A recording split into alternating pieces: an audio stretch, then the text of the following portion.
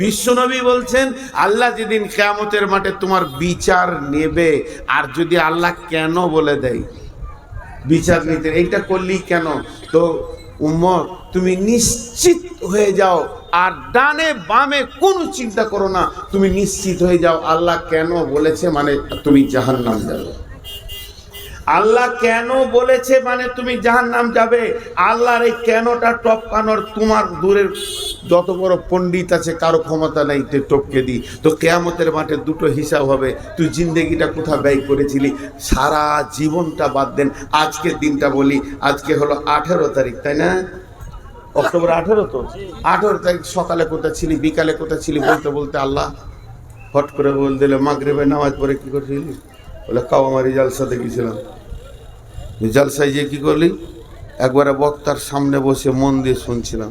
তারপরে কি করলি, জালসা শেষ হলো তো উঠে ঘরে এলাম। তারপরে কি করলি, মনে মনে অনেক নিয়ত করলাম যে এবার আমাকে আমল করতে হবে, যা করেছি রে মন।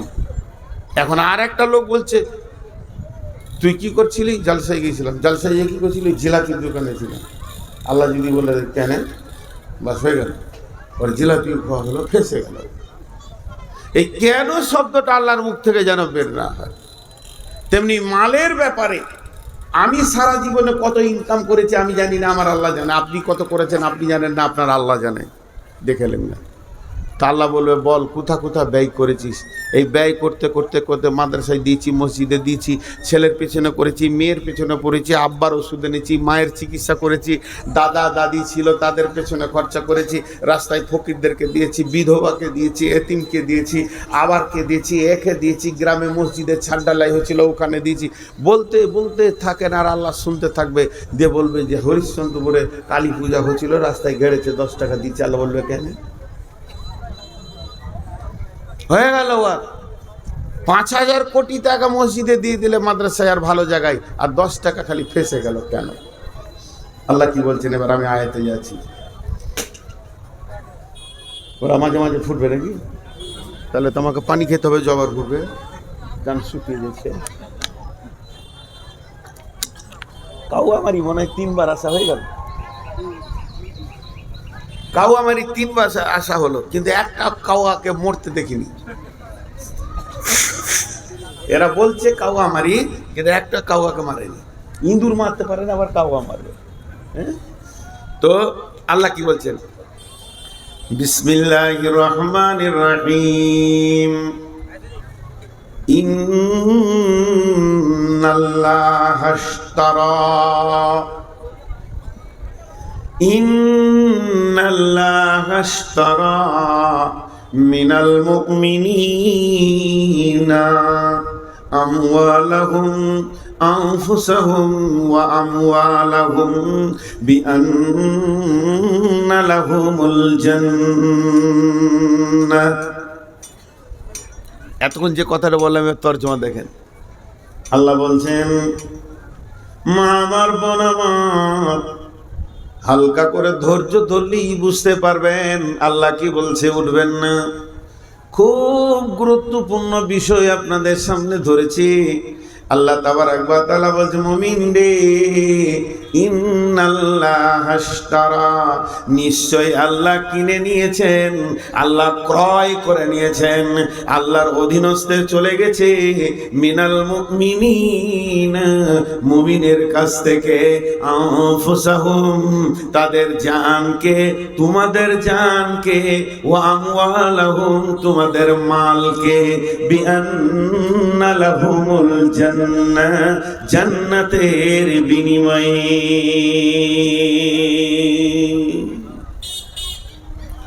মুমিনের জান আর মালকে আল্লাহ কিনেছেন জান্নাতের বিনিময়। এটা বিনিময় বলে, কোবালালয়, ক্যাশ দিয়ে কেনা নয়। এই জায়গাটা আপনি টাকা দিয়ে কিনেছেন আলাদা কথা, আর বিনিময় কিনা হয়। এই ঘরটা যার, জায়গাটা আপনার। ওকে আপনি বলছেন ভাই তোর বাড়ির পাশে আমার 3 কাঠা ডিহি আছে, দিয়ে দে, আর আমার বাড়ির পাশে তোর 3 কাঠাটা আছে, দিয়ে দে। এটা বিনিময় হলো। লিখতে যাবে তখন 2টা দাগ ধরে বলবে এরা দুজন বিনিময় করছে। আল্লাহ তাবারাক ওয়া তাআলা কাফেরের সঙ্গে ব্যবসা করতে চাননি, জালেমের সঙ্গে করেননি, ফাসিকের সঙ্গে করেননি, মুনাফিককে বিশ্বাস করেননি, আজ যদি আমি হরিশ্চন্দ্রপুরের মাটিতে কোনো একটা ইন্ডাস্ট্রিজ এরিয়া করি কিংবা কোনো একটা ফ্যাক্টরি করি, তো এলাকার একটা ছেলে আমাকে নিতে হবে গায়ের শক্তির জন্যে। ওই ছেলেটা যখন আমি চয়েস করব, 5 জনকে জিজ্ঞেস করব ছেলেটা কেমন, ছেলেটা বেঈমান না ইমানদার। লোক যদি বলে মাতাল, ওয়াদা ঠিক নাই, বেঈমান, কোটি টাকার বিজনেসে, তাকে আমি কোনদিন সঙ্গী শেয়ার বানাবো না, শেয়ার হোল্ডার নেব না। আল্লাহ তাবারাক ওয়া তাআলা সেই জান্নাত, যে জান্নাতের মাউদুস সাউতি খায়রুম মিনাদ দুনিয়া ওয়া মা ফিহা, জান্নাতের একটা ঘোড়ার কোড়া রাখা পরিমাণ জায়গা, দুনিয়া এবং দুনিয়া থেকে সমস্ত মালের থেকে উত্তম। ওইটা আল্লাহ তাবারাক ওয়া তাআলা বিনিময় করবেন। কাকে করবেন? কাফের, ফাসিক, মুনাফিক, জালেম, মুশরিককে নয়। আল্লাহ বলতে যে মুমিন হবে আমার নজরে, যার ঈমান থাকবে, তার সঙ্গে আমার বিনিময় বিজনেস চলবে। আমি তাকে জান্নাত দেব এবং তার জান আর মাল আমি গ্রহণ করব। দুটা জিনিস আল্লাহ চেয়েছেন জান্নাতের বিনিময়ে। আল্লাহ কোরআনে দলিল লিখে দিয়েছেন জান্নাতের। কে সই করবেন করেন, আল্লাহ বলেছে। আয়টা একটু পরে বলছে আল্লাহ, তোরা কে সই করবি আয়, আমার এই বিনিময় বিজনেসে তোরা কে সই করবি আয়। এই কথাই আল্লাহ ব্যবহার করছেন। তাহলে দুটা জিনিস কিনে নিল। এবার আমি একটা উদাহরণ দিব, মিসাল। উদাহরণটা মাথায় রাখেন। আপনার ঘরে একটা বড় খাসি আছে, খাসিটা দেখে আমাকে খুব ভালো লাগলো।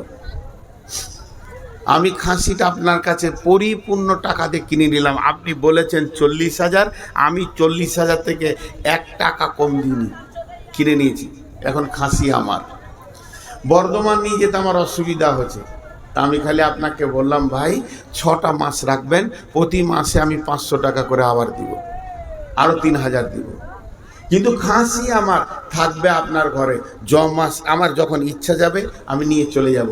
মনে মনে একটা নিয়ত করেছিলাম, কি জানেন, একটা নিয়ত করেছিলাম যে ওইটা খাসিটা আমার বেটির বিয়ের সময় জবাই করব, আর আমার বিয়ের লোকদেরকে খাওয়াবো। এখন 6 মাস পর ওর বিয়ে দিব, কিন্তু হঠাৎ মাস 2-1 মাথায় খাসিটার দরকার পড়ে গেল। কেন? যে আমার নাতনির নাম রাখবো, আকিকা দিব। আমি এসে নিয়ে চলে যাব, দেখি ভাই খাসিটা দেন। তখন আপনি না বলতে পারবেন না, যেহেতু আপনি বিনিময় নিয়ে নিয়েছেন, শুধু রাখওয়াল হয়ে আমার খাসিটা রেখেছিলেন। আপনি না বলতে পারবেন না সকালে দিব না বিকালে দিব, বিকালে দিব না ভোরে দিব, এটাও বলতে পারবেন না। যখন আমি আসব তখনই হাসতে হাসতে খাসিটা আমার ঘাড়ে হাতে ধরিয়ে দেবেন। আল্লাহ তাবারক ওয়া তাআলা বলছেন, মুমিন রে, তোদের দুটি জিনিস, একটা হলো তোর ঘরে সঞ্চিত মাল, যে মালের মহব্বতে তুই পাগল হয়ে রয়েছিস, ওই মালটা। আর একটা হলো তোর জান, আমি জান্নাতের বিনিময়ে কিনে নিয়েছি। অতএব আমার যখন প্রয়োজন হবে, এখন তোর কাছে রাখা আছে, যদিও তোর কাছে রাখা আছে, মালটা তোর নয়, মালটা হলো আমি আল্লাহর। আমি আল্লাহ যখন ওইটা চাইবো, সঙ্গে সঙ্গে ওটাকে তুই আমার হাতে হাওয়ালা করে দিবি।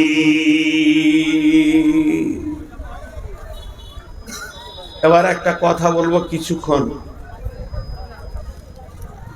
খুব ধ্যান দিতে হবে। এখানটা আমার জানমাল বিক্রি হয়ে গেছে।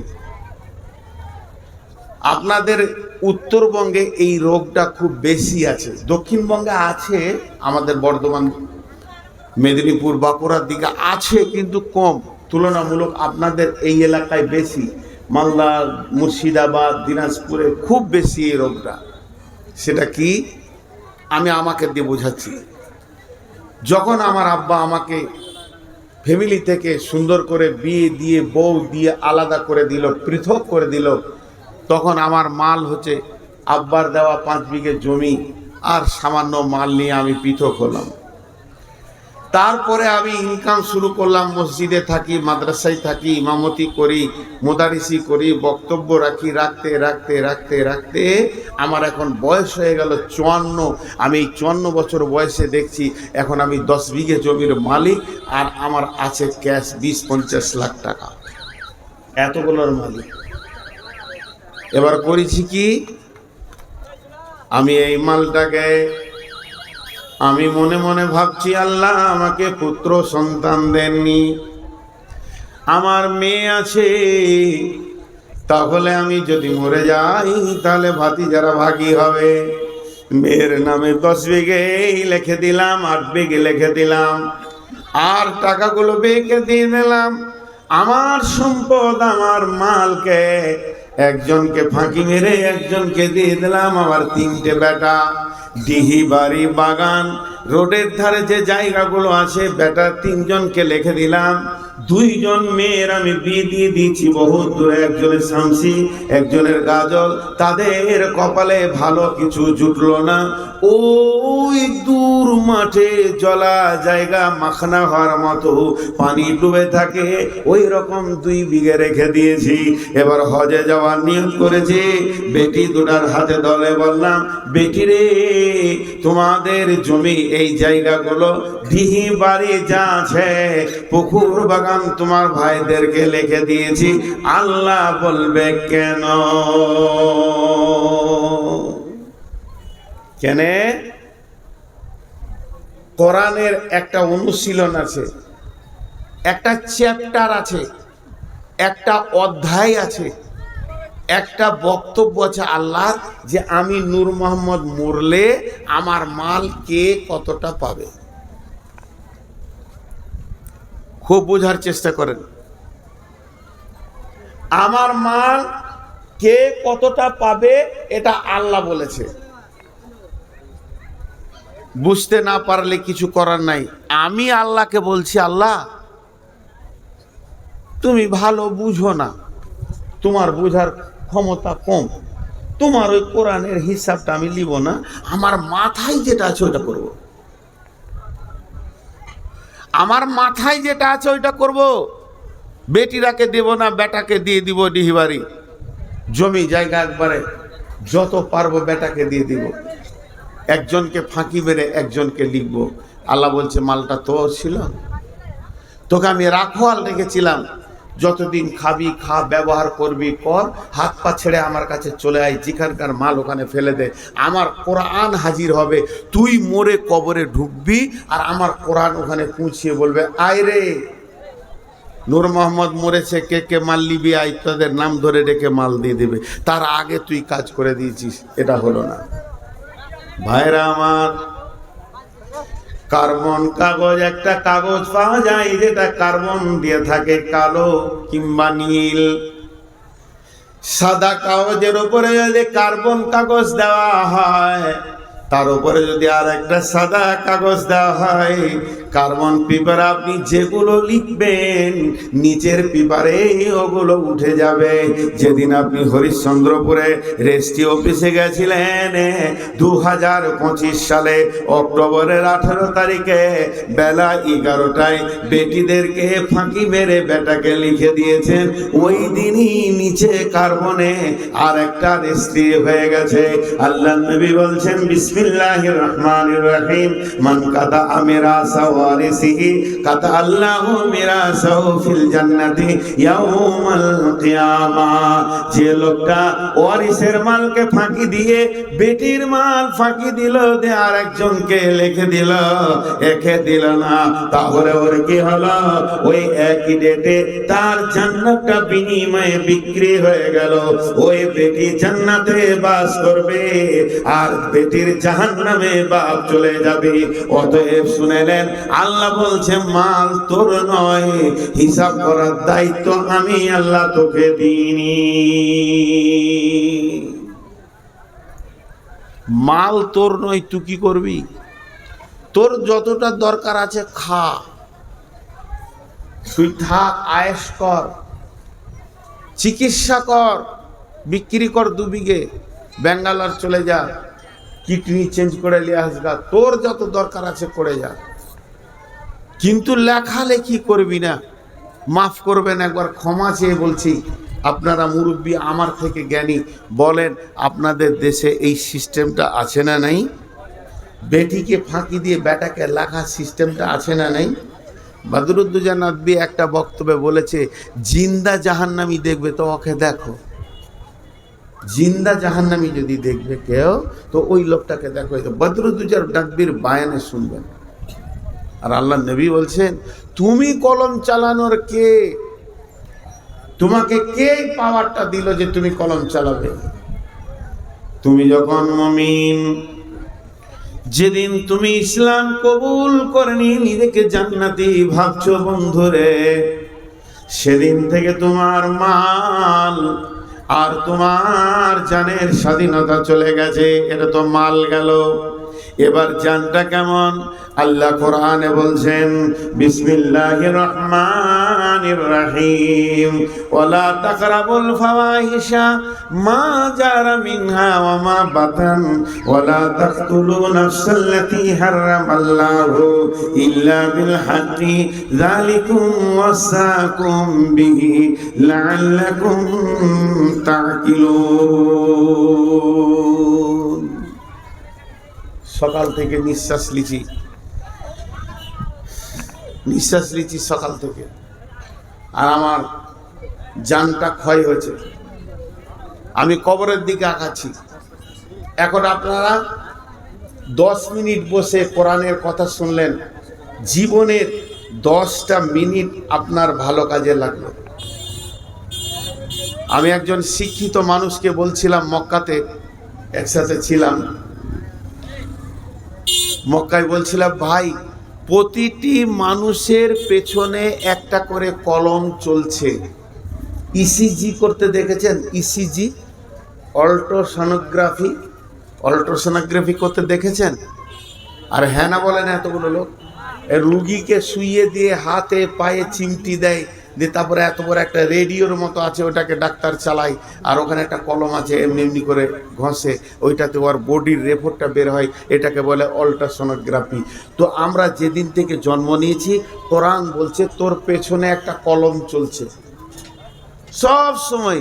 আমি ঘুমিয়ে গেছি, কলম চালু আছে। কথা বলছে, বিসমিল্লাহির রহমানির রহিম, মা ইয়ালফিযু মিন কাওলিন ইল্লা লাদাইহি রাকীবুন আতীদ। আজকে জালসায় এসেছি, ওই কলমটা চলছে সন্ধ্যা 6টা থেকে। নূর মোহাম্মদের পেছনে একটা কলম চলছে, একটা রিল কাগজ বের হচ্ছে, ওখানে রিপোর্ট বের হচ্ছে। রিপোর্টে আসছে কি, সন্ধ্যা 6টা থেকে 10টা পর্যন্ত খালি জিলাপি আর মার্কেটে আর মহিলাদের ভিড়ে মেলাতে আনন্দ করেছে, খালি লাল কালি বের হচ্ছে। আবার এখন বসে বায়ান শুনছে, একই কলমে সবুজ কালি বের হতে লাগলো। এতক্ষণ সময়টা ভালো চলছে, আল্লাহ গোটা ফিতেটা রিলটা কিয়ামতের মাঠে আপনার সামনে করে দিয়ে বলবে, জীবনে কতটা সময় তুমি ভালো কাজে ব্যয় করেছ আর কতটা সময় তুমি অন্যায় কাজে ব্যয় করেছ। হে আমার গোলাম, তুমি দেখে নাও, আমার কলম তোমার পিছনে 24 ঘন্টা চলছে। তুমি এমন একটা কথা বলো না যার সংরক্ষণকারী সংরক্ষণ করে না। এবার আল্লাহ বলছেন, জান আমার, এই যে দিক দিক দিক দিক দিক দিক দিক দিক সব চলছে, হৃৎপিণ্ড চলছে, আমার জীবিত আছি, তা মনে করছি জানটা আমার। কিন্তু হরিশ্চন্দ্রপুর গেছি বেড়াতে, মন গেছে চায়ের দোকানে একবার বসি, চা খাই। অনেকক্ষণ তো হাট বাজার করলাম, একটু চা খাই, চা খেলাম, আল্লাহ কিছু বলছে না। তারপরে মনটা বলছে, চা তো খেলিচ্ছ, তোর চানা মুড়ি খাই, খেলিলাম, আল্লাহ কিছু বলছে না। তা কাপড়ের দোকানে যে একটা গামছা গলা কিনি, মার্কেটে সব করছি, করতে করতে করতে করতে মন বলছে মূর্তিটা বিরাট বড়, সুন্দর করে সাজিয়েছে, পরশু পূজা হবে, একবার দাঁড়িয়ে কিছুক্ষণ দেখি। আল্লাহ কোরআনে বলেছেন ওয়ালা তাকরাবুল ফাওয়াহিশা মা জাহারা মিনহা ওয়া মা বাতান। হে মুমিনের দল, হে আমার গোলামের দল, তোমার জানটা তিলে তিলে তিলে তিলে সেকেন্ডে ব্যয় হচ্ছে, এই পৃথিবীতে ব্যয় হচ্ছে, ব্যয় হবে ঠিক আছে, কিন্তু আমি যেখানে মানা করেছি ওই জায়গায় তুমি কোনোদিন দাঁড়াবে না। যেখানে প্রকাশ্য কাবিরা গুনাহ হয়, যেখানে মূর্তি পূজা হয়, যেখানে আপনার মাজারের পূজা হয়, যেখানে দেবদেবীর পূজা হয়, যেখানে মদের আড্ডা হয়, তাসের আড্ডা হয়, জুয়ার আড্ডা হয়, যেখানে জিনা ব্যভিচার চলে, সুদের কারবার চলে, যেখানে আপনার কিনা লুচ্চামি চলে, সমস্তকে এক ভাষায় আল্লাহ বলেছেন হে আমার মুমিনের দল, তোমার জীবনের একটা সেকেন্ড তো দূরের কথা, এক সেকেন্ডের 100 ভাগের 1 ভাগ ওই জায়গাগুলোতে তুমি দাঁড়াবে না। ওয়ালা তাকরাবুল ফাওয়াহিশা, ফাহিশা কাজের কাছে তুমি যাবে না, ওখানে পৌঁছাবে না, ওই জায়গায় নোংরামি চলছে, তোমাকে আমি দাঁড়াতে মানা করেছি। ওই জানটা আমার, আমি চালিয়ে রেখেছি বলে চলছে, আমি চাপ মেরে ধরে নিলে এক্ষুনি তুমি দুনিয়া ছেড়ে দেবে, তার মানে তুমি চলনি, আমি চালাচ্ছি, তোমার পেছনে একটা চালক আমি আল্লাহ রয়েছি। হে মুমিনের দল, তোমরা যারা নিজেকে মুমিন মনে করছো এই জায়গাগুলোতে দাঁড়াবে না।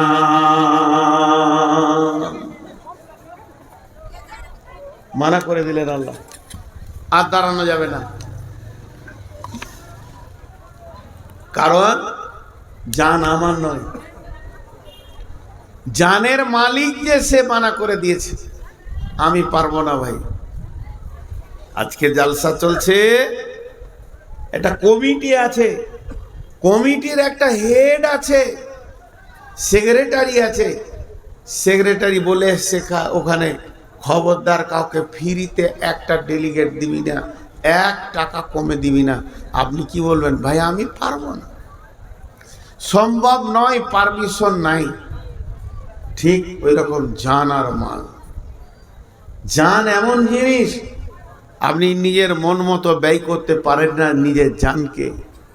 মা বোনেরা, যেখানে নোংরামি ওই জায়গায় বসতে পারেন না, ওই জায়গায় যেতে পারেন না। হে আমার সন্তানের দল, যে জায়গায় আমাকে আল্লাহ মানা করেছে ওই জায়গায় আমি যেতে পারবো না। তারপর আল্লাহ কি বলছেন?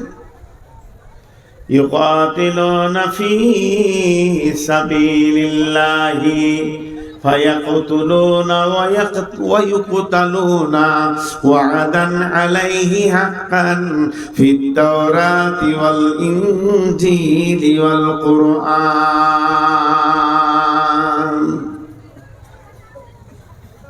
এই জায়গাটা বুঝতে হবে।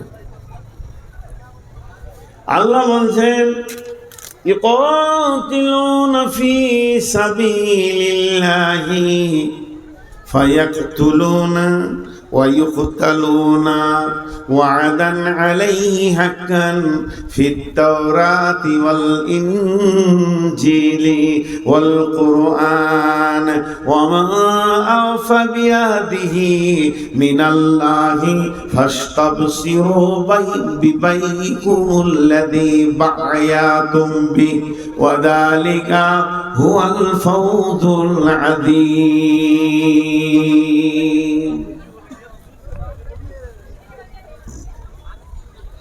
ছোট্ট একটা উদাহরণ দিচ্ছি।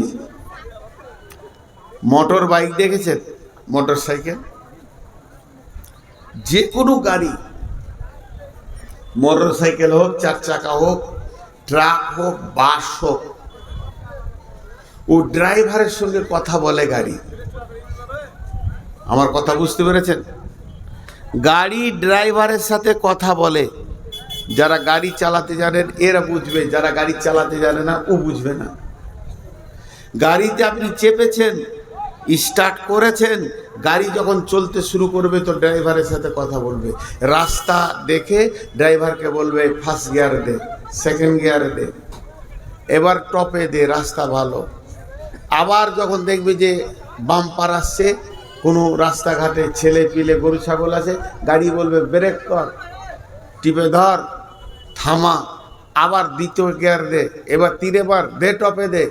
তো যতক্ষণ গাড়ি চলে ড্রাইভারের সাথে গাড়ির একটা অ্যাডজাস্টিভ কথা হতে থাকে, বুঝতে পেরেছেন? বাস চালালেও দেখবেন ড্রাইভার তখনই first gear, second gear, third gear করতেই আছে, আর বাস চলছে। তার কারণ রাস্তা এবং রাস্তার পজিশন আর গাড়ি আর ড্রাইভার তিনটে মিলিয়ে চলে। ওকে চিঠি দিতে হয় না, চিঠি দিতে হয় না, কাউকে বলতে হয় না এখন সেকেন্ড গিয়ার দে, কাউকে মাইকিং করতে হয় না, কোম্পানির তরফ থেকে খবর আসে না। পাকা ড্রাইভার রাস্তা দেখলে বুঝে নেয় যে রাস্তা কি বলছে, আমার গাড়ির গিয়ার কত নম্বর দিতে হবে। আমি কথাটা বললাম, এটা বুঝতে পেরেছেন? আমি কথাটা জীবিতদেরকে বললাম না মৃত্যুদেরকে? একটা তো উত্তর চেয়েছি ভাই। যারা ড্রাইভার তারা বুঝতে পেরেছেন? আমি যে উদাহরণটা দিলাম সেটা আপনারা বুঝতে পেরেছেন? হ্যাঁ, কিন্তু এত চুপ কেন? বাংলাদেশে ডিসেম্বরে যাব, তো ওখানে জালসা করে একটা মজা, মুখ খুলে ঠিক বলেছেন, বলতে হবে, আরো আগ্রহ লাগে কথা বলতে। আর এখানকার শ্রোতাদেরকে গরম করাই যায় না, মুখ খুলবেই না। তো এইটা একটা উদাহরণ দিলাম, আর একটা উদাহরণ দিচ্ছি, এটা খারাপ মনে করে নিয়েন না।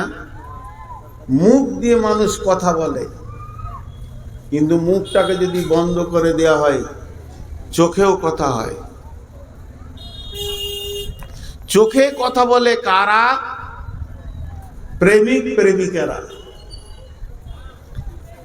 এর জন্য একজন দার্শনিক বলেছেন, ফাহেশা শুরু হতি হ্যায় আঁখ সে और खत्म होती है शर्मगाह से। প্রকৃত প্রেমিক যদি হয় তো দুজন তাকালে অনেক কথা হয়ে যায়। এ ভাষা পৃথিবীতে আসে নাই, কোনো সাহিত্য নাই, বই নাই, পড়া যায় না। খালি যারা প্রেমিক প্রেমিকা হয় চোখে চোখে দেখলে তাদের অনেক কথা হয়ে যায়। দুটা উদাহরণ দিলাম। 3 নম্বরটা বুঝেলেন? বাচ্চা ছেলে 1 বছর 1.5 বছরের ছেলে কোন ভাষায় কথা বলে? 1 বছর 1.5 বছরের ছেলে কোন ভাষায় কথা বলে? তো পৃথিবীর কেউ না বুঝলে ওর মা বুঝে আমার ছেলে এখন কি বলছে। এর নাম মহব্বত, এই ভাষাটার নাম মহব্বত। এবার চলেন, উদাহরণ অনেক দিয়ে দিলাম। আজকে 2025 সালে কাওয়ামারি কেন এই পৃথিবীর মুসলমানদেরকে বক্তা এনে মাইক দিয়ে গরম করতে হচ্ছে? তোমাদেরকে টাকা লাগবে, এখানে টাকা দিতে হবে, টাকা দিলে এই জিনিসে এই কাজ হবে। কিন্তু সাহাবা রাদিয়াল্লাহু আজমাইনদের জীবনটা কেমন ছিল? তারা এই আয়াতের তাফসীর কেমন বুঝেছিল? তারা নিজের মাল এবং জান কখন দিতে হবে পরিস্থিতি দেখে তারা বুঝে নিত। তাদেরকে এলানের প্রয়োজন হতো না জান কখন দিতে হবে। আল্লাহ এখন আমার জানটা চাইছে না আমার মালটা চাইছে, সাহাবীদের বুঝতে অসুবিধা হতো না। ওদের যুদ্ধে বিশ্ব নবী মদিনা প্রাম্বে, মদিনার প্রাতদেশে মসজিদে নববী থেকে মাত্র 3 কিলোমিটার দূরে উহুদের স্পট, যেখানে উহুদের যুদ্ধ হয়েছে, ওখানে একটা পাহাড় আছে। ওই পাহাড়টার নাম হলো উহুদ।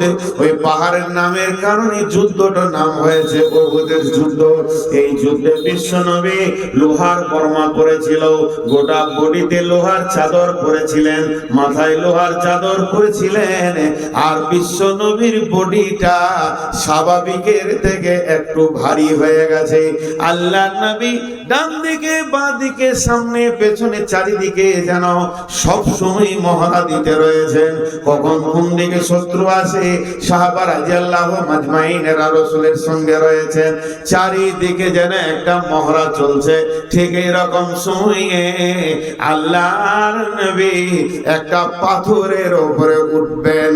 স্বাভাবিক একটা মানুষ যত উঁচুতে উঠতে পারে, পাথরটার একটু উঁচুতে রয়েছে, মাঝে একটা যদি আর একটা ছোট পাথর থাকতো তাহলে ওটাতে পা দিয়ে আল্লাহর নবী ওই পাথরে উঠলে মহড়াটা ভালো হতো। রসুলের চিন্তা, আপার চিন্তা। হযরতে তালহা রাদিয়াল্লাহু তাআলা আনহু দেখলেন আল্লাহর নবী এই পাথরটা উঠতে চাইছেন কিন্তু ঠিক জুতে আসছে না। তালহা রাদিয়াল্লাহু আনহু কি করলেন? দৌড়ে গিয়ে পাথরের নিচে শুয়ে গেলেন আর বললেন, ইয়া রাসূলুল্লাহ, আপনি আমার বুকে পা দিয়ে উঠে যান। তালহা বুঝে নিলেন এখন আমার বডিটা আমার আল্লাহ চাইছে। বিশ্ব নবী তালহার বুকে পা রাখলেন আর ওই পাথরে উঠে দাঁড়ালেন, পা রাখলেন আর বললেন, তালহা রে, তুমি যে কাজ আজ করেছো, তুমি নিজের জন্য জান্নাতকে অজিব করেছো। বলেন, কে বলেছিল তালহাকে? তিনটে বক্তা নিয়ে এসে বায়ান করে বলবে, তালহা রসুলের পায়ের নিচে সুদ্দা, রসুল উঠবে ওখানে। বুঝে নিয়েছিল এখন আমার বডিটা চাইছে। শুধু তাই নয়, বেঈমান কাফের মুশরিকরা রসুলকে লক্ষ্য করে তীর রেডি করেছেন। জিহাদের ময়দানে সাহাবীরা চারিদিকে ব্যস্ত। তালহা দেখছেন এরা যেভাবে তীরকে রেডি করেছে, বিশ্ব নবীকে তীরের ধনুতে, তীরের ফলাতে যার যার করে ফেলবে। হযরতে তালহা আল্লাহর নবীকে উহুদের প্রান্তে একটা গর্তে ঢুকিয়ে দিয়ে মুখে দাঁড়িয়ে গেলেন। শুধু দাঁড়ালেন না, নিজের বুকে 180টা তীরকে খেলেন। সেই তীর খেয়ে রক্তে রঞ্জিত হয়ে পড়ে গেলেন। বন্ধুরা আমার, এ ছিল সাহাবীদের জীবন। তারা জানতো ইসলামের জন্য কখন জান লাগবে আর কখন মাল লাগবে। আল্লাহ আমার জানটা কখন চাইছে আর মালটা কখন চাইছে তারা জানতো। তারা প্রেমিক ছিল, প্রেমিক ছিল। তাদের চোখের ইশারা এমন হতো, প্রেমিকের মতো ঝাঁপিয়ে পড়তো। ভাইরা আমার, শুধু এইটা নয়, আল্লাহর নবী মসজিদে নববীতে সাহাবীদেরকে বললেন, বসে যাও। তবুকের অভিযান। আল্লাহর নবী বললেন, যায়েদ তুমি কোথায় আছো? লাব্বাইক রাসূলুল্লাহ। আব্দুল্লাহ ইবনে রাওয়াহা কোথায় আছো? আব্দুল লাব্বাইক রাসূলুল্লাহ। জাফর বিন আবি তালিব কোথায় আছো? লাব্বাইক রাসূলুল্লাহ। আল্লাহর নবী বললেন, ও আমি তবুকের প্রান্তে প্রধান সেনাপতি করলাম যায়েদকে, যিনি দ্বিতীয় সেনাপতি হবে জাফর ইবনে আবি তালিব, তৃতীয় সেনাপতি হবে আব্দুল্লাহ ইবনে রাওয়াহা। যখন যায়েদের নাম নেওয়ার পর, জায়েদের নাম নেওয়ার পর জাফর ইবনে আবি তালিবের নাম নিলেন, তখন যায়েদ বুঝে নিলেন আর আমি পৃথিবীতে থাকবো না, আমি শহীদ হয়ে যাব। তারপরও যায়েদ তৈরি হয়ে গেলেন। এরপরে জাফর ইবনে আবি তালিবের পর আব্দুল্লাহ ইবনে রাওয়াহার নাম নিচ্ছেন আল্লাহর নবী। তখন জাফর ইবনে আবি তালিব বুঝে নিলেন আর আমি পৃথিবীতে থাকবো না, সন্তানের মুখ দেখবো না, মালের কাছে ফিরে আসবো না। তারপরে আব্দুল্লাহ ইবনে রাওয়াহার নাম নিলেন। আব্দুল্লাহ ইবনে রাওয়াহার নাম নেওয়ার পর বিশ্ব নবী নাম লিখে বলছেন, এরপরে তোমরা জিহাদের ময়দানে যাকে পাবে একটা মনোনীত সেনাপতি বানিয়ে নেবে। তাহলে জাফর ইবনে আবি তালিব, আব্দুল্লাহ ইবনে রাওয়াহা বুঝে নিলেন আমাদের বিদায়ের প্রাক্কাল চলছে। আল্লাহর নবী বললেন, তোমরা বাড়িতে ফিরে যাও, নিজের আত্মীয়দেরকে দেখা করে চলে এসো, তোমাদেরকে তবুকের অভিযানে যেতে হবে। আর হযরতে যায়েদ উঠে দাঁড়িয়ে বললেন, ইয়া রাসূলুল্লাহ, ইয়া হাবিবাল্লাহ, আপনি আমার বাপের ভূমিকায় ছিলেন, আম্মা জান আয়েশা আমার মায়ের ভূমিকায় ছিল, অতএব আপনারা আমাকে ক্ষমা করবেন, আমি আমার জন্য দোয়া করবেন। এরপরে জাফর ইবনে আবু তালেব নিজের সন্তানদের ব্যাপারে বিবিকে ওসিয়ত করলেন, হে আমার বিবি শোনো, রাসূল আমাকে দ্বিতীয় সেনাপতি বানিয়েছেন, মানে আর আমি ফিরে আসছি না। বিবি রে, আমার সন্তানদেরকে আমার রাস্তায় দিয়ে দিও, আমার মতো মুজাহিদ বানিয়ে দিও। এই বলে জিহাদের ময়দানের দিকে দৌড়তে লাগলেন। এরপরে আব্দুল্লাহ ইবনে রাহা বিবিকে বলছে, তেলাওয়াত বন্ধ করো, তোমার সঙ্গে আমার জান্নাতে দেখা হবে। তবে শুনে নাও হে আমার বিবি, আমাকে রাসূল মুতার প্রান্তে তৃতীয় সেনাপতি বানিয়েছেন, আমি এখন আল্লাহর রাস্তায় চলে যাচ্ছি, আমি শহীদ হয়ে যাব, তোমার সঙ্গে আমার জান্নাতে দেখা হবে। এই বলে বেরিয়ে গেলেন। তিনটে শহীদ হয়ে মুতার প্রান্তে তারা দুনিয়া থেকে চলে গেলেন। তারা জানতেন ইন্নাল্লাহ আশতারা মিনাল মুমিনিনা, আমরা মুমিন, আমরা আল্লাহকে জান দিয়ে দিয়েছি। ইকাতিলুনা ফি সাবিলিল্লাহ, আল্লাহর রাস্তায় নিজেদেরকে জান দিতে হবে। আয়াকতুলুনা ওয়া ইকতালুনা, হয় আমরা কতল হয়ে যাব, না হয় কতল করব। এই আল্লাহর রাস্তায় দাঁড়িয়ে হয় তুমি কতল হয়ে যাও, না হয় তুমি বিপক্ষকে কতল করে দাও। ওয়া ইকতালুনা ফি সাবিলিল্লাহ, আল্লাহর রাস্তায়।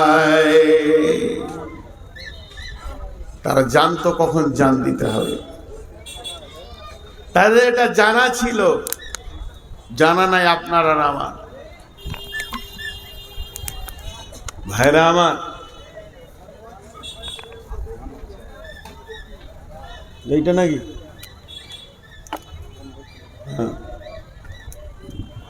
জান মাল এমন একটা জিনিস আমাদের বিক্রি হয়ে আছে। হযরতে যায়েদ রাদিয়াল্লাহু তাআলা না শহীদ হয়ে গেলেন, পতাকা নিলেন জাফর ইবনে আবি তালেব। জাফরের ডান হাত কেটেছে, বাঁ হাতে করে ধরেছে, বাঁ হাত কেটেছে, দুই পায়ে করে জড়িয়ে ধরেছে, পা কেটে দিয়েছে, দাঁতে করে ইসলামের পতাকাকে ধরে আছে। তারা জানতো যে আমাকে কেন বানানো হয়েছে, আর আমাদের কিছুই জানা নেই। মাল কখন ব্যয় করতে হয় তারা জানে। ভাইরা আমার, মাল হযরতে উসমান গনি, আল্লাহ তাবারক ওয়া তাআলা উসমান গনিকে মাল দিয়েছিলেন, তিনাকে মালের সম্ভার দিয়েছিলেন, তিনাকে গনি বানিয়েছিলেন, ধনী বানিয়েছিলেন। তিনি ইসলামের তৃতীয় খলিফা ছিলেন। প্রথম খলিফা আবু বকর, বিদায়ের পর ওমর ফারুক রাদিয়াল্লাহু তাআলা আনহু। ওমর যেদিন বিদায় নিলেন, হযরতে উসমান গনি খলিফা হলেন। ওসমান একজন খলিফা, ওসমান একজন মুমিন মুসলমান, ওসমান একজন মাওলানা। শুধু তাই নয়, ওসমান হলেন রাসূলের জামাতা, যুনুরাইন। রাসূলের দুই মেয়েকে ওসমান বিয়ে করেছিলেন। একটা মরে যাওয়ার পর জামাইটা কত প্রিয় ছিল, রাসূল দ্বিতীয় বিটি দিয়ে দিলেন। তার নাম হচ্ছে হযরতে ওসমান গনি রাদিয়াল্লাহু তাআলা আনহু।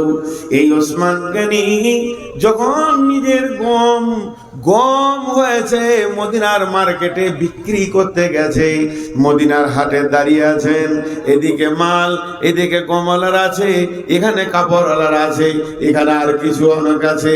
এমন সময় দেখছেন ওই মদিনার মাটিতে বহু দূরে মরুভূমির বুক চিরে একটা দল আসছে, যে দলের ভিতরে তারা হাট করবে না, হাটে তারা কিনবে না, তারা বেচবে না, তাদের বেচার কিছু মাল নাই, কিনার মতো অর্থ নাই। তারা এত গরিব, কখন খেয়েছে ভুলে গেছে, কি খেয়েছে ভুলে গেছে।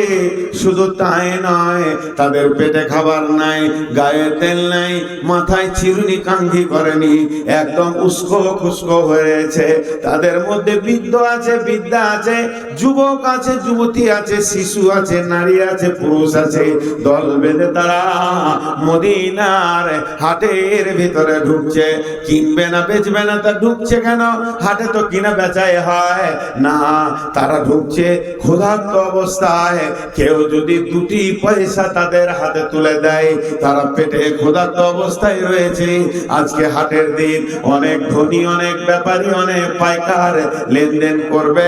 যদি কারো দিল বলে যে কিছু দান করব, ওই মালটা পেলে খেয়ে বাঁচবে, এই অবস্থায় ঢুকছে।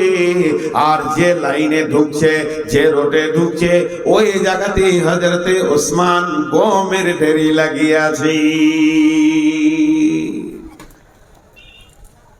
আপনার আমার মালে ভেজাল থাকতে পারে, ওসমানের মালে ভেজাল থাকবে এটা বিশ্বাস করা যায়? পরিষ্কার পরিচ্ছন্ন গম। পাইকাররা আসছে আর বলছে, হুজুর কি দাম নেবেন? হুজুর কি দাম নেবেন বলেন।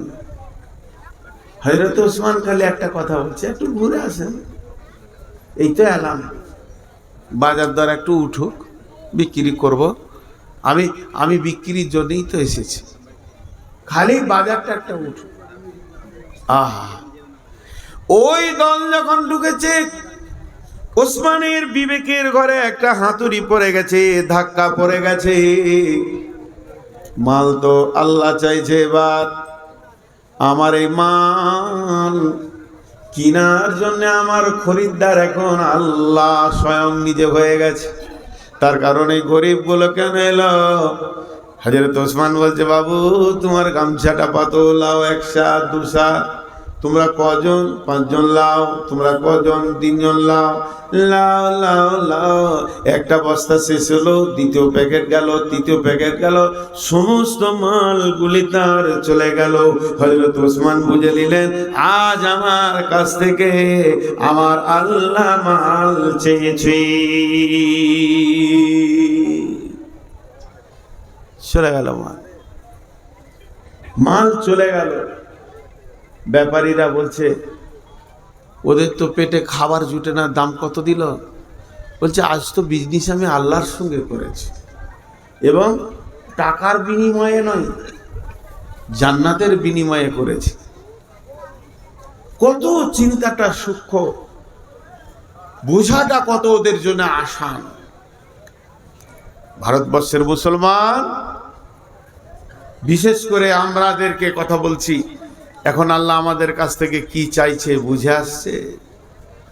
রেডি হয়ে যান, রেডি হয়ে যান।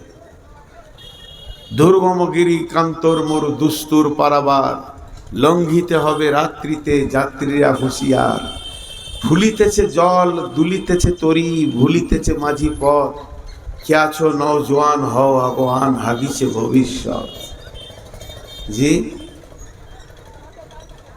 কে আছো নওজোয়ান, হও আগুয়ান, হাকিছে ভবিষ্যৎ।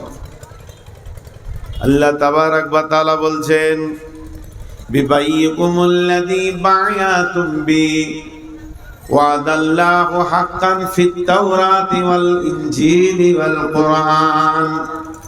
এই ওয়াদাটা আমি শুধু কোরআনে করেছি তা নয়, এই প্রতিশ্রুতিটা আমি তৌরাতে দিয়েছি, ইনজিলে দিয়েছি, আবার কোরআনে দিলাম। মুসলমান তোমরা শোনো, পূর্বপুরুষ থেকে জান মাল আল্লাহ কিনে রেখেছেন। তোমরা জান মাল এনে আমাকে দেবে, আর আমি তোমাদেরকে জান্নাত দেব। এই ওয়াদাটা শুধু আজকে নয়, ফিত তাওরাতি ওয়াল ইনজিলি ওয়াল কুরআন। তাওরাতে করেছে, ইনজিলে করেছে, কোরআনে করেছে। অতএব মুসলমান, তুমি রেডি হও তোমার মাল আল্লাহর জন্য। টেবিলটা দেখতে পেয়েছিস না?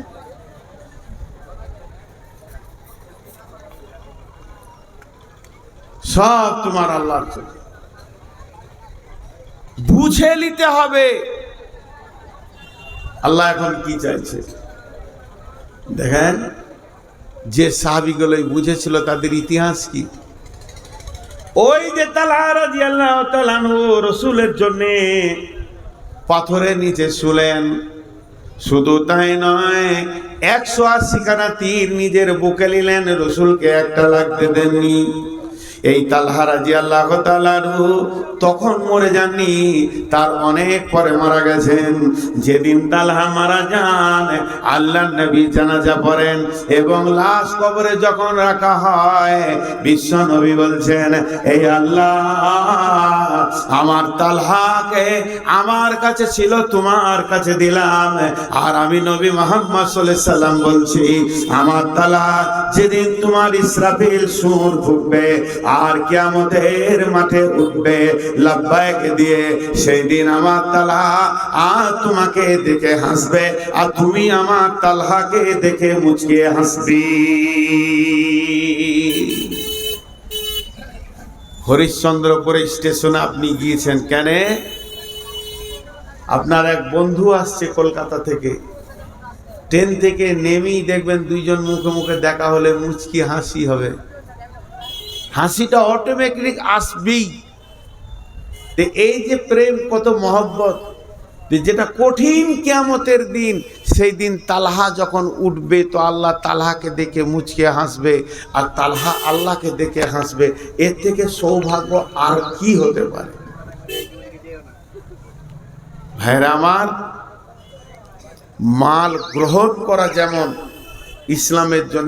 ইসলামের জন্য মাল ছেড়েও দিতে হবে। আব্দুল্লাহ যুল বাতাজাইন একটা সাহাবীর নাম, ওর নাম ছিল আব্দুল উজ্জা।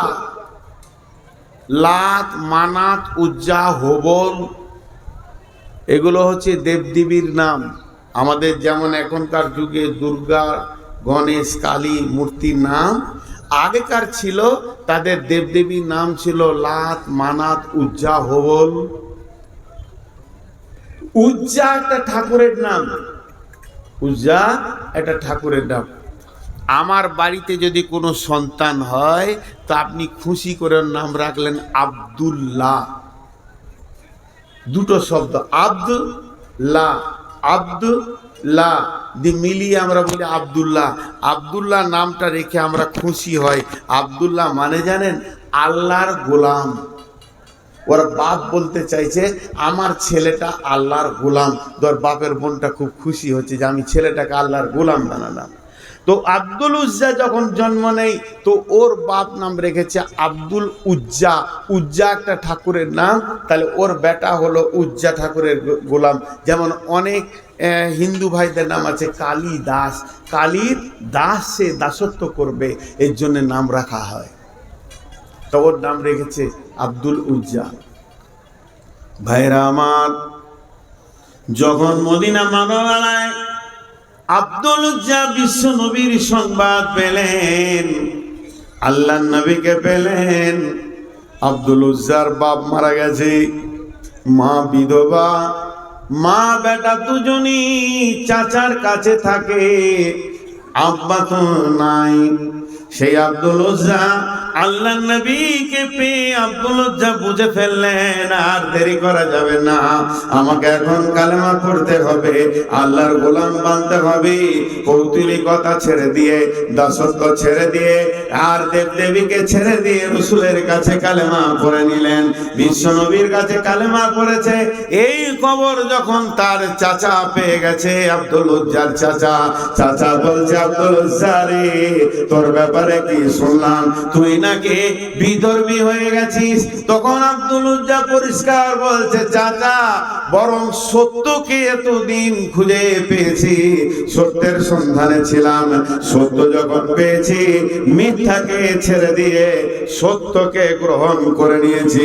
চাচা, এ ব্যাপারে কোনো সন্দেহ নাই, আপনি যেটাই ভাববেন ওটা ভাবতে পারেন, আমি সত্যকে গ্রহণ করে নিয়েছি।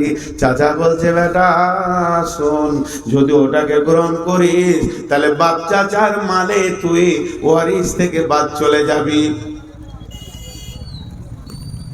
আব্দুল উজ্জা বলছে, সমস্ত মালকে ত্যাগের বিনিময়ে যদি আমি আল্লাহ এবং রসুলকে পেয়ে যাই, তাতেও আমার কবুল আছে, তাতেও আমার মত আছে, তারপরও আমি কোনোদিন পেছন পা হব না।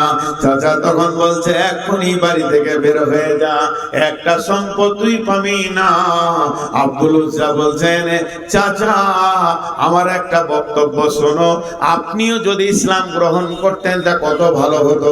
ইসলাম একটা সুন্দর, ওর ভিতরে আরো চলে গেল, নিজে তো ছাড়ে না আবার আমাকে দাওয়াত দেয়, এটা কেমন করে হতে পারে? আব্দুল উজ্জার চাচা রেগে গিয়ে ওকে বাড়ি থেকে বের করে দিল। তোর গায়ে যে কাপড় চোপড় আছে সব খুলে দে। ব্যাচেলিয়ার ছেলে, যুবক ছেলে, পরিপূর্ণ যৌবন হয়ে গেছে, জামা গেঞ্জি সব খুলে ফেলে দিল। এবার শুধুমাত্র লুঙ্গিটা আছে, এটা কেমন করে খুলবে? কিন্তু ওর মা চাচা বলছে আব্দুল উজ্জা দাঁড়িয়ে যা, তুই বাড়ি থেকে বের হয়ে এসেছিস, দাঁড়িয়ে যা, তোকে পরনের লুঙ্গিটা খুলে দিতে হবে। মনে মনে চিন্তা করছে এবার তো আমি ন্যাংটা হয়ে যাব। আব্দুল উজ্জার চাচা চিন্তা করছে তোকে ন্যাংটা করে ছাড়বো, বেজ্জতি করে ছাড়বো। ওর মাথা, ওর মগজ ওর মতো চিন্তা করছে, আর আব্দুল উজ্জা চিন্তা করছে ইসলাম ভালো, আল্লাহ ভালো, রসুল ভালো, সমস্ত গুলি পাক, আর আমার গায়ে রয়েছে বেঈমানের না পাকের কাপড়। তাই আমার আল্লাহ কৌশল করে কাপড়টা খুলিয়ে নিচ্ছে। কাপড়টা খুলে দিল। এডাল ব্যাচেলিয়ার ছেলে মায়ের সামনে দাঁড়িয়েছে, মা একটা কম্বল ছুঁড়ে দিল। কম্বলটা দুই ভাগ করে অর্ধেক কোমরে জড়িয়ে নিয়ে অর্ধেক গায়ে নিয়ে মসজিদে নববীতে জীর্ণ শীর্ণ হয়ে হাজির হয়েছে। আল্লাহ নবী বলেন আব্দুল্লাহ রে তোমার হালাত কেন এমন? আব্দুল্লাহ বলছে ইয়া রাসূলুল্লাহ আমার হালাত এরকম হওয়ার পৃথিবীর কোনো কারণ নাই, শুধু একটা কারণ, আমি ইসলাম কবুল করেছি, আমি আল্লাহকে পেয়েছি, আমি রসুলকে পেয়েছি, তার বিনিময়ে সব ছেড়ে আসতে হয়েছে। আল্লাহ নবী বললেন আব্দুল্লাহ আজ থেকে তোমার নাম আব্দুল উজ্জা নয়, আমি নবী মুহাম্মদ তোমার নাম রাখলাম আব্দুল্লাহ। মসজিদে নববীতে আসাফেদের সুফার যে জায়গা আছে, আল্লাহ নবী বললেন যাও তুমি আসাফে সুফাদের ভিতরে থাকো। আব্দুল্লাহ আসাফে সুফাদের সঙ্গে থাকতে লাগলো। যাদের ঘর নাই, বিবি নাই, ছেলে নাই, আবার যদি কোনো হাদিয়া সাদকা আসে সেই খেজুর তারা খেতে পায়, আর যদি না আসে তাহলে না খেতে থেকে যায়, তাদের সঙ্গে থাকতে লাগলো আব্দুল্লাহ থাকতে থাকতে জোরে জোরে কোরআনকে তেলাওয়াত করে করে পড়তে লাগলো। অন্য সাহাবীরা আসাবে সুফাদের মধ্যে গিয়ে আল্লাহ নবীকে বলছেন ইয়া রাসূলুল্লাহ আব্দুল্লাহ এমন করে কোরআন পড়ে, ওকে আস্তে করে পড়তে বলেন, আমাদের সহ্য হয় না, আমরা তো আপনার এত চিল্লানি শুনতে পারি না। বিশ্বনবী বললেন তোমরা ধৈর্য ধরে নাও, আমি আব্দুল্লাহকে মানা করতে পারবো না, কারণ আব্দুল্লাহ বহু ত্যাগের বিনিময়ে আজকে ইসলামের ভিতরে এসেছি। এই লোকটা কি করে বুঝলে যে আমাকে জান দিতে হবে? মুতার যুদ্ধে মদিনাতে এলান হয়ে গেল, যার কাছে যা আছে মাল মসজিদে নববীতে জমা করো।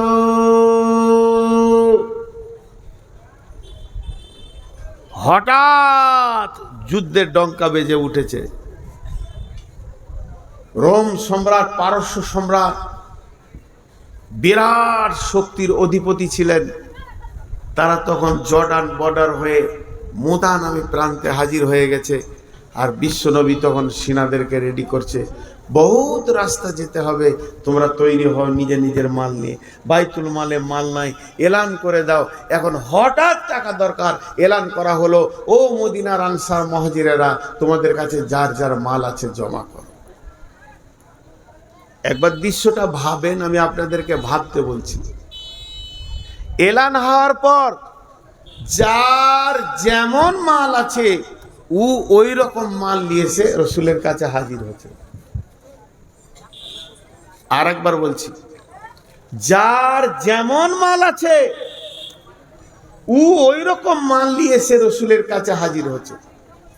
আমি ওই আয়াতটা তফসিরে আছি, অন্যদিকে মাথা নিয়ে যাবেন না। আব্দুল্লাহর কি আছে? তো ঘরও নাই, বাড়ি নাই, মসজিদ আসহাবে সুফফাদের সঙ্গে থাকছে।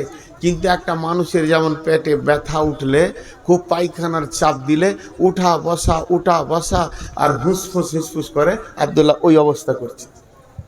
কেন গো? মন দিয়ে শোনেন।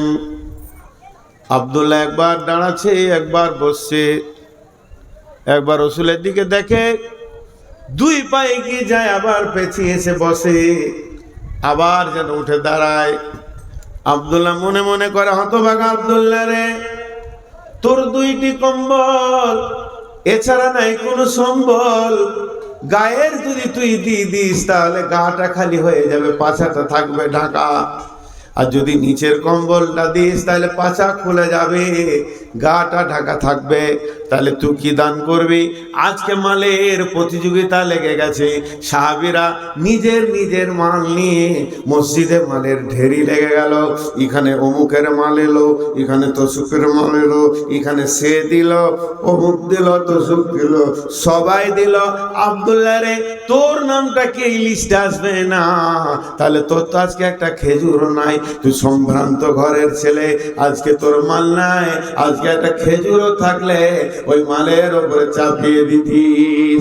এই জন্য একবার উঠছে, একবার বসছে, কোনটা দিব কোনটা রাখবো তাল পায় না। এই গরিব সাহাবীটা তালের মনের ভিতরের চাহিদাটা দেখেন, বুঝে নিয়েছে এখন আমার কোন জিনিসের দরকার। এই জন্য এরকম ছটফট করতে করতে এক সময় আব্দুল্লাহ এক পা দুপা করে রসুলের সামনে চলে গেলেন। রসুলের কাছে দাঁড়িয়ে আছে। আল্লাহ রসুল বলছে, আব্দুল্লাহ তুমি তুমি তুমি কেন? তার মানে তোমার তো মাল নাই, এখানে মাল লিয়া হচ্ছে, যারা মাল আছে তারা আসবে। তো ওইটা ঠিক এমনি করে বলছে, আব্দুল্লাহ তুমি। আব্দুল্লাহ মাথাটা নাম করে চোখের পানি ছেড়ে দিয়ে বলছে, ইয়া রাসূলুল্লাহ, ইয়া হাবিবাল্লাহ, আমি অনেকক্ষণ থেকে জানের বেচৈনে রয়েছি, আমি কি দিব খুঁজে পেলাম না। তবে এখন একটা মাল আমি খুঁজে পেয়ে গেছি। দয়ার নবী গো, যদি ওই মালটা গ্রহণ করে নিতেন আব্দুল্লাহ বড় খুশি হয়ে যেত। বিশ্বনবী বললেন, বলো।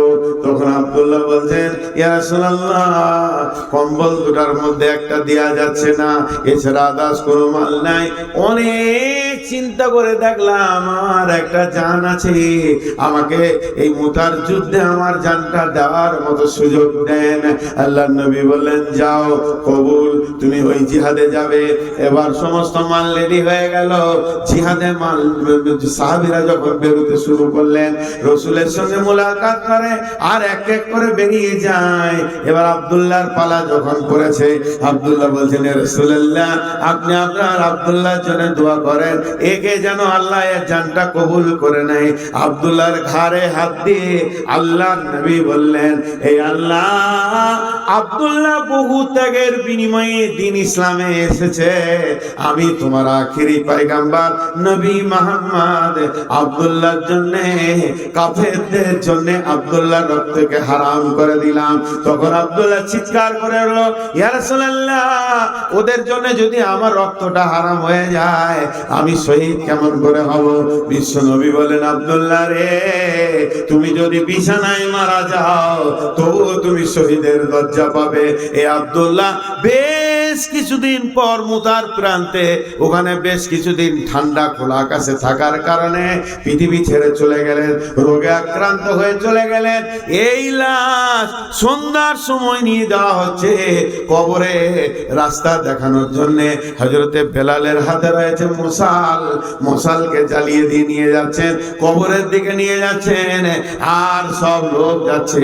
হযরতে বেলাল বলছে, আমি যেন শুনতে পেয়েছি কবরে কে নেমেছে। লাশকে নামানোর জন্য বলছে তোমাদের ভাইকে আস্তে আস্তে আস্তে আস্তে কবরে নামাও। তাকে কবরে নামানো হচ্ছে।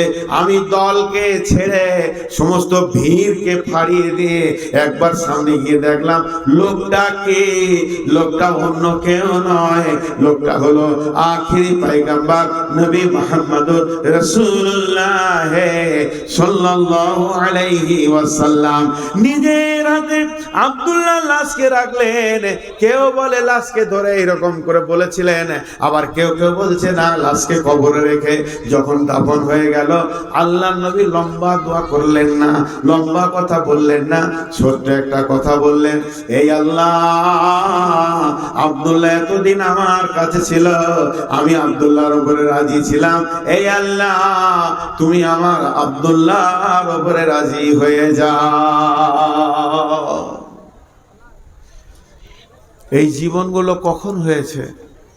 ত্যাগগুলোর দিকে তাকান, ত্যাগের দিকে তাকান। এই জায়গায় আল্লাহ রসুল বলছে আমি রাজি, তুমি রাজি হয়ে যাও আল্লাহ। এই দোয়াটা কখন পেয়েছে? জি ভাই, আজকে বক্তা শ্রোতা সবাই আমরা ইমান থেকে বহুত দূরে চলে গেছি।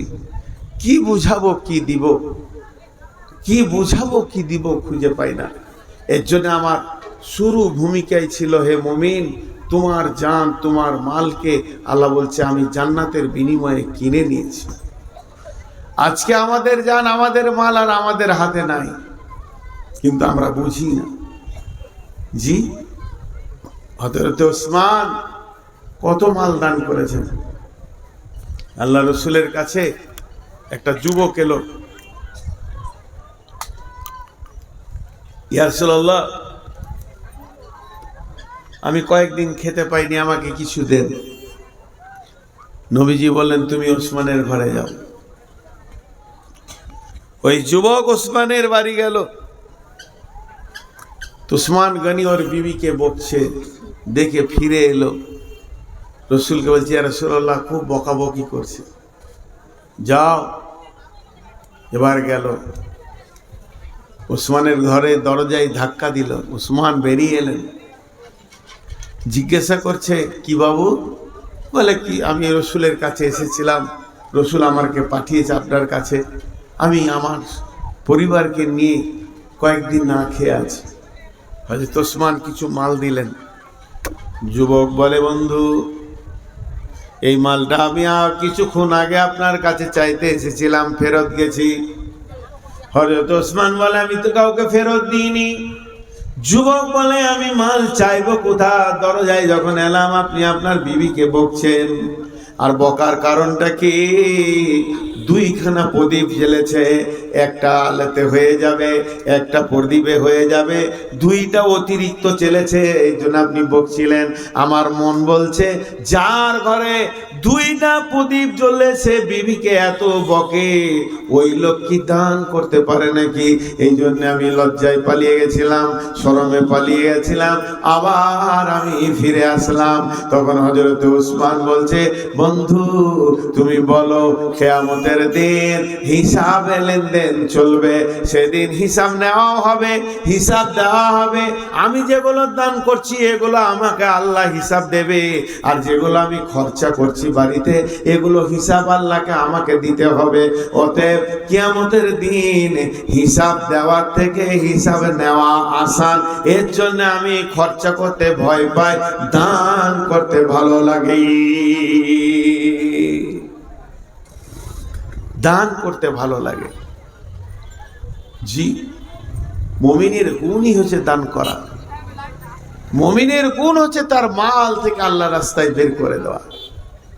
কোরআন শুরু করতে যে আল্লাহ বলেছেন বিসমিল্লাহির রহমানির রহিম আল্লাযীনা ইউমিনুনা বিল গায়বি ويقيمون الصلاة ومما رزقناهم ينفقون। ওই লোকটার ঈমান আছে, ওই লোকটার ঈমান নাই, এই লোকটা বেঈমান, ওই লোকটার ঈমান আছে। আল্লাহ বলছে শোনো, যার ভিতরে দুটি গুণ দেখবে জেনে নাও তার গায়েবের উপরে ঈমান আছে। আল্লাযীনা ইউমিনুনা বিল গায়বে, সে আল্লাহকে বিশ্বাস করে, ফেরেশতা বিশ্বাস করে, জান্নাত বিশ্বাস করে, জাহান্নাম বিশ্বাস করে। যেগুলো চোখে দেখলো না এগুলোকে বিশ্বাস করে। কি কাজ দেখলে বুঝতে পারবে সে পৃথিবীতে দুইখানা কাজ করবে। আল্লাযীনা ইউমিনুনা বিল গায়বি, গায়েবের উপরে, অদৃশ্যের উপরে বিশ্বাস আছে কিনা। মুমিনের ঈমান আনার ব্যাপারে যতগুলো চ্যাপ্টার আছে 6টা 30-এর উপরে ঈমান আনতে হবে। তার মধ্যে কিছু গায়েব হচ্ছে, আল্লাহকে দেখলাম না ঈমান আনলাম, আবার আখিরাত দেখলাম না, জান্নাত দেখলাম না, জাহান্নাম দেখলাম না, ফুলসিরাত দেখলাম না, ফেরেশতা দেখলাম না, এর উপরে ঈমান আনতে হবে। এবার তুমি বুঝবে কি লোকটার মধ্যে ঈমান আছে কিনা। ঈমানদারকে দুই জায়গায় দেখা যাবে। আল্লাযীনা ইউমিনুনা বিল গায়বি ওয়া ইউকিমুনাস সালাতা, তারা সালাত আদায় করবে। ওয়া মিম্মা রাযাকনাহুম ইউনফিকুন, আবার নিজের রুজি থেকে আল্লাহর রাস্তায় দান করবে। এর জন্য প্রথমেই বলেছি মুমিনের মাল আল্লাহ জানকে কিনে নিয়েছে। এখানেও আল্লাহ বলছেন মুমিনরা সালাত করবে এবং আল্লাহর রাস্তায় দান করবে। মুমিনের দুটি গুণ থাকবে। দানটা একটা মুমিনের গুণ।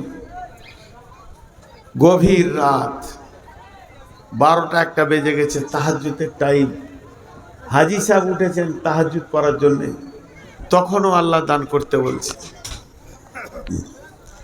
তখনও আল্লাহ দান করতে বলছেন। বিসমিল্লাহির রহমানির রহিম। তাতাজাফা জুনুবুহুম আনিল মাজাজি'i ইয়াদউনা রাব্বাহুম খাওফাও ওয়া তামাআ ওয়া মিম্মা রাযাকনাহুম ইউনফিকুন। মুমিনরা কি করবে? শুয়ে আছে, গভীর রাত্রিতে উঠবে, বিছানা ছাড়বে, ওই রাতে উজু করে 2 রাকাত নামাজ পড়বে এবং তার রবকে ডাকবে ভয় আর আশার মধ্য দিয়ে, আল্লাহকে ভয় আর আশার মধ্য দিয়ে ডাকবে। সেই সাথে কি করবে? ও মিম্মা রাযাকনাহুম ইউনফিকুন, নিজের রুজি থেকে আল্লাহর রাস্তায় দান করবে। ভাইয়া, এখন একটা কথা বলি আপনাদেরকে, একটা কথা ধ্যান দিয়ে শোনেন। 5টা মিনিট বসেন, 5টা মিনিট আমি বক্তব্যের সারাংশটা গুটিয়ে দিই। আজ বক্তব্যের শুরুয়াত কি ছিল? মুমিনের জান মাল আল্লাহ কিনে নিয়েছেন। বক্তব্যের শেষ অংশ কি হলো? মুমিন গভীর রাতে কাঁদবে, তাও আল্লাহর রাস্তায় দান করবে। মুমিন আমরা যদি হতে চাই তা আমাদের জান মাল আল্লাহর জন্য রেডি করতে হবে। ভাইরা আমার, এখানে যত লোক বসে আছেন, আমি মাত্র 5 থেকে 7টা মিনিট আপনাদের কাছে চেয়ে নিচ্ছি। 5 থেকে 7টা মিনিট, উঠবেন না কেউ। আল্লাহ তাবারক ওয়া তাআলা বলছেন বিসমিল্লাহির রহমানির রহিম। ইয়া আইয়ুহাল্লাযীনা আমানু, ইয়া আইয়ুহাল্লাযীনা আমানু ইসতাঈনু বিস-সাবরি ওয়াস-সালাতি ইন্নাল্লাহা মা'আস-সাবিরিন ওয়া লা তাকুলু লিমান ইয়াকতালু ফী সাবিলিল্লাহি আমওয়াতুন বাল আহইয়াউ ওয়ালাকিন লা তাশউরুন। وَلَنَبْلُوَنَّكُمْ بِشَيْءٍ مِّنَ الْخَوْفِ وَالْجُوعِ وَنَقْصٍ مِّنَ الْأَمْوَالِ وَالْأَنفُسِ وَالثَّمَرَاتِ এখানেও আল্লাহ ইমানদারদেরকে বলছে ধৈর্য ধরে আমার কাছে সম্পদ চাও। খবরদার শহীদদেরকে মৃত্যু বলবে না, বরং তারা জীবিত তোমরা বুঝবে না। এবং হে মুমিনের দল, পৃথিবীতে তোমার জানের উপরে মালের উপরে পরীক্ষা চলবে। ওয়ালা নাবলুয়ান্নাকুম বিশাইইন মিনাল খাউফি ওয়াল জু'i ওয়া নাকসিম মিনাল আমওয়ালি ওয়াল আনফুসি ওয়াস সামারাত। মুমিন যে হবে জান মালের বিনিময়ে আল্লাহর কাছে সে যেন কোনদিন ফেল করবে না, পাস করে যাবে। হযরত ইব্রাহিম আলাইহিস সালাম সন্তানকে আল্লাহর সামনে জবাই করে দেখিয়ে দিল, আমি আল্লাহ তোমাকে ভালোবাসি। যা হোক কুদরতে জবাই হলো না, সেটা আল্লাহর ক্যাপাসিটি। ইব্রাহিম দেখিয়ে দিয়েছে আমি জানও দিতে পারবো, মালও দিতে পারবো। অতএব আল্লাহ তাবারক ওয়া তাআলা বলছেন, হে আমার ইমানদার, তোমাদের জান মাল আমি জান্নাতের বিনিময়ে কিনে নিয়েছি। ভাই আমার, আজকে আমি পুরো 1.5 ঘন্টা 1.25 ঘন্টা কথা বললাম একটা বিষয়, সেটা হচ্ছে আমার জান আর আমার মাল আমার নয়। দ্বিতীয় কোনো বিষয়ে আমি যাইনি। তো যে কজনই বসে আছেন, একবার বিবেকের চেতনার দরজাটা খুলি যে আমার জান আমার না আমার মাল আমার। যদি তা না হয়, একবার আল্লাহর রাস্তে 5,000, 10,000, 1,000 দেনওয়ালা কে আছেন? আমি 6 মিনিট আপনাদের হাতগুলো ধরছি, উঠবেন না, তারপরে আপনারা যা করবেন করবেন। 6 মিনিট চেয়ে নিচ্ছি, আর প্রতি মিনিটে আমি বলে দেব যে আর 4 মিনিট আছে, আর 3 মিনিট আছে। আল্লাহর রাস্তে উঠবেন না। আমি তো ওসমান গনির কথা বললাম যে সে মালের বিনিময়ে দান বলছে, আমি দান করে আনন্দ পাই, খরচা করে আনন্দ পাই না। আল্লাহর গোলাম কেউ আছেন এই মসজিদ কেন্দ্রিক আয়োজিত মাহফিলে, আপনারা 5,000, 2,000, 10,000, 20,000 কারো দেওয়ার যদি ইচ্ছা থাকে যে শেষ বক্তার হাতে দিব, আল্লাহর গোলাম বলতে পারেন, আপনারা কেউ আছেন কি? মা বোনেরা আপনারা পর্দা থেকে দিয়ে পাঠান। আমি বহুত দূরের মুসাফির, আপনাদের জন্য দোয়া করব। আছেন কেউ আল্লাহর গোলাম? এখানে কেউ রয়েছেন ওই রকম 5-10 হাজার দেনেওয়ালা কেউ রয়েছেন? জি বলেন। আল্লাহর বান্দা বলেন, আল্লাহর জন্য বলেন। একটা 5,000 বলেন দেখি, একটা। এই ধনমাল ছিল তোমার ও দাদার, সে মরে গিয়ে আজ হয়েছে বাবার। বাপের মালেতে তুমি ওয়ারিস হইলে, কাল ছেলে ওয়ারিস হবে তুমি মরে গেলে। ধন ধন করিও না ধন অপরজন, মরিলে তোমার সঙ্গে যাবে না কো ধন। ধন জন অপরজন না রহে কাহার, আনিত ভাবে এই নিত ব্যবহার। ধন জন অপরজন না রহে কাহার, অপরে তোমার মালে ওরাবে বাহার। একা অন্ধকারে ছিলে মায়েরই উদরে, একা ফের যেতে হবে ঘোর অন্ধকারে। দেখেন পাশে কি নাম, দেখেন জামাল হোসেন, দাদা দাদি চাচা, এরা সব দুনিয়াতে নাই। 5,000 টাকা দিয়েছে, 10,000, 5,000 নগদ, 5,000 বাকি লিখে নেন। জামাল হোসেন ভাই অনেকজন ওর মনের আকাঙ্ক্ষা, এই আল্লাহ জামাল ভাই 10,000 দান করেছে নগদ বাকি নিয়ে। মাহবুব দানটা তুমি কবুল করে নাও, আমি মুসাফির তোমার কাছে আবেদন করি। এবং যতজনকে সে নিয়ত করেছে, দাদা দাদি আর ভাই চাচা, যার যত আত্মীয় স্বজন মাটির নিচে চলে গেছে, আল্লাহ তাদেরকে তুমি মাফ করো, ক্ষমা করো, তাদেরকে তুমি দয়া করো। কিয়ামতের দিন নবীর হাতে পানি পান করা তৌফিক দিও। শহীদের দরজা দান করিও, শহীদের সঙ্গে তুমি জান্নাত দান করিও, ফুলসিরাতে পার করে দিও। মাহবুব গো, আমি যা চেয়েছি তা দাও, আমি যা চাইনি তাও তুমি দাও। যতদূর আমি চেয়েছি আমার জ্ঞান মোতাবেক, তুমি তোমার শান মোতাবেক দাও। ইয়া আল্লাহ, দানের বদলা তুমি দান করো, আমিন আল্লাহুম্মা আমিন। আর কেউ আছেন 5,000 দেনেওয়ালা? আরেকটা। আমার হাতে আর 4 মিনিট আছে, 6 মিনিট বলেছিলাম, 4 মিনিট, 5 মিনিট নাই, কিন্তু উঠবেন না। যিনি দাম দেবেন তিনি আসেন, বাকি কেউ জায়গা ছাড়বেন না। আছেন কেউ আল্লাহর গোলাম? আল্লাহর গোলাম কেউ আছেন? জি, টাকা না হলে আপনারা সিমেন্ট দিবেন। ও, টাকা যদি না দেন তো সিমেন্ট বলেন, সিমেন্ট বলেন। কিছু সিমেন্ট কাজ রানিং চলছে নাকি? আচ্ছা, সিমেন্ট বলেন। দেখি যে 4টা লোক বসে আছে, একটা করে যদি সিমেন্ট দেন তো 200 বস্তা হয়ে যাবে। আল্লাহর বান্দা কেউ আছেন? সিমেন্ট দেন, সিমেন্ট দেন, বালু দেন, ইট দেন, রড দেন, পাথর দেন, কনস্ট্রাকশনের মাল যা লাগবে দেন। আল্লাহর গোলাম কেউ আছেন?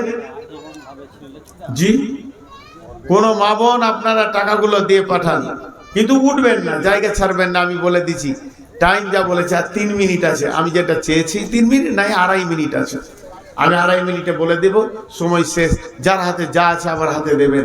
জাযাকাল্লাহ। ভাই আমার, আল্লাহর গোলাম কেউ আছেন? আর একটা 5,000 দেখতে চাইছি, আর একটা।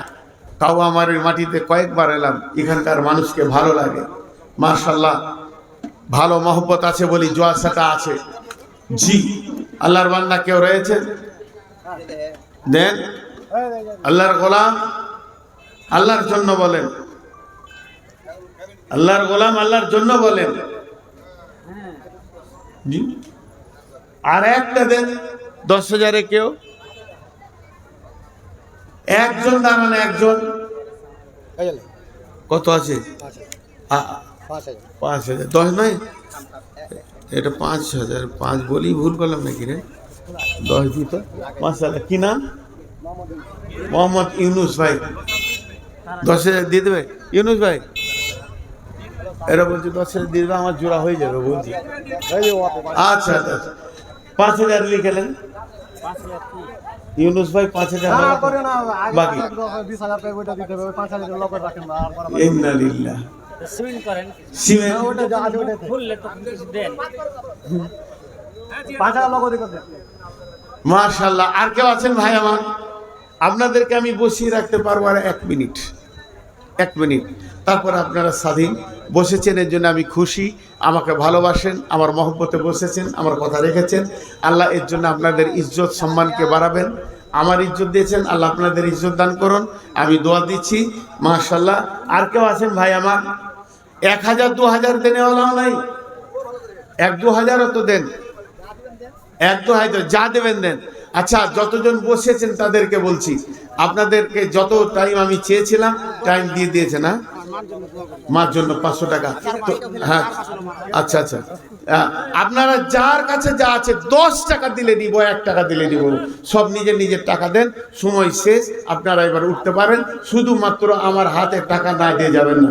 মা মারা গেছে, মাত্র কয়েকটা মাস, 4 মাস হলো।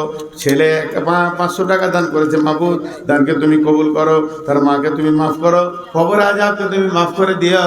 যদি কোনো কারণে 50 কিলো ধান লেখেন, মাশাআল্লাহ। সিরাজুল, যার কাছে যা আছে দিয়ে যাবেন ভাই আমার। 10 টাকা দিলে নিব এবার। মাশাআল্লাহ, জাযাকাল্লাহ, হায়াকাল্লাহ, বারাকাল্লাহ। পেছন ফিরে চলে যান না। মা আমার, আপনারা চাদরে শেষবারের মতো দিয়ে দেন। জাযাকাল্লাহ, হায়াকাল্লাহ, বারাকাল্লাহ। মা আমার, বোন আমার, হে আমার বন্ধুরা, যার কাছে যা রয়েছে আল্লাহর রাস্তায় দেন। আল্লাহকে ভালোবেসে দান করেন। রব্বুল আলামিন তোর বান্দা যাইয়া দান করেছে তোরই দরবারে, রহমতেরই ভিক্ষাজি দে মওলা দে। মাশাআল্লাহ। 10 20 50 যার কাছে যা আছে, মাশাআল্লাহ, জাযাকাল্লাহ, হায়াকাল্লাহ। হ্যাঁ, 1 বস্তা সিমেন্ট লেখেন এই ভাই, মাশাআল্লাহ। ওই ভাই 1 বস্তা সিমেন্ট। বেলাল কত দিন?